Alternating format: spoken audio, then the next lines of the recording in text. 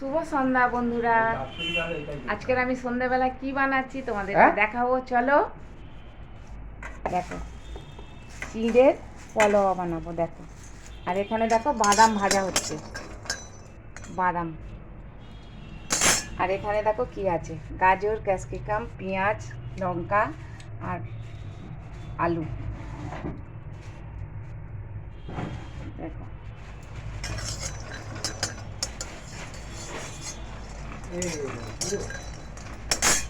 তাহলে চলো সব দেখাবো তোমাদের কিভাবে আমি করব। দেখো কড়াটা গরম হয়েই আছে, তেল দেবো কড়ার মধ্যে।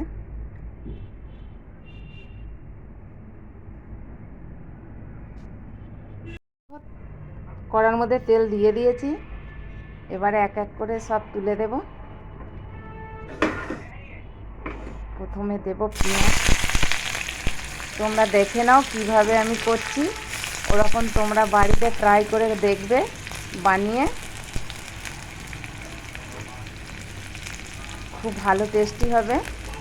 আর যদি বা ভালো লেগে থাকে তাহলে অবশ্যই এক কমেন্ট করে আমাকে জানাবে যে কেমন হয়েছে। আগে খাবে বাড়িতে বানিয়ে, তারপরে আমাকে কমেন্ট করবে যে কেমন হয়েছে দিদিভাই, ভালো হয়েছে না খারাপ হয়েছে।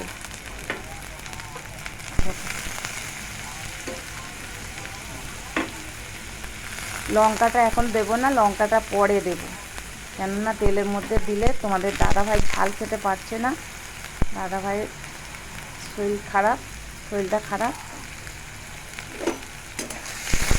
লঙ্কাটা উপরেই দেবো।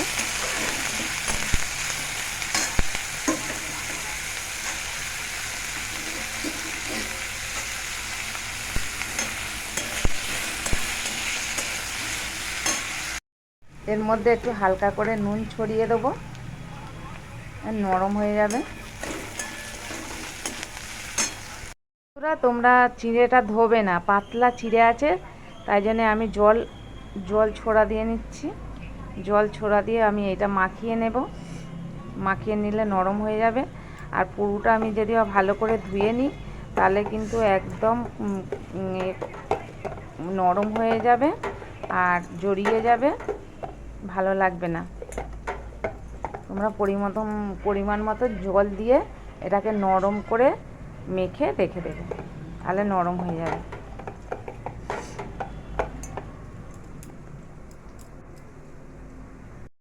মাখানা হয়ে গেছে, এটা জল দিয়ে এবার মেখে রেখে দিয়েছি, ঝরঝরে আছে। আর জল দিয়ে পুরো ধুলে একদম পুরো ডালা ডালা হয়ে যাবে। আর দেখো এটা নরম হয়ে গেছে। এবার এর বন্ধুরা আমি তেল এটা সাইড করে দিয়েছি সবজিটা। এবার তেলের মধ্যে আমি কারি পাতাটা দিয়ে দেবো।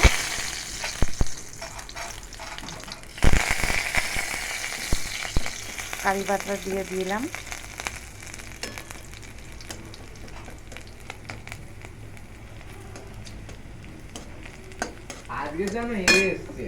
দেখো এবারে আমি কাঁচা লঙ্কাটা দিয়ে দেবো।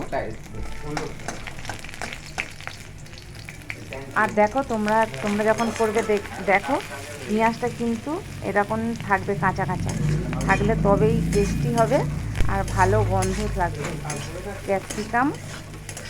ক্যাপসিকাম আর হচ্ছে পেঁয়াজের গন্ধটা থাকবে। এবার আমার হয়ে গেছে এটা। এবার আমি এর মধ্যে তুলে দেব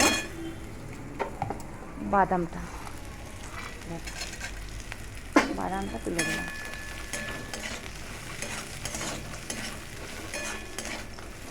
বাদামটা ভেজে নিয়েছিলাম বলে আমি এমনি শুকনো ভেজে নিয়েছি, তাই জন্য আমি তেলের মধ্যে দিলাম না, আমি সবজির মধ্যেই ঢেলে দিলাম বাদামটা।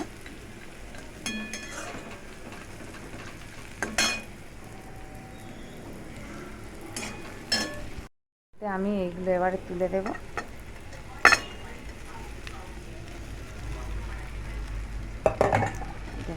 ঝরঝরে আছে তো।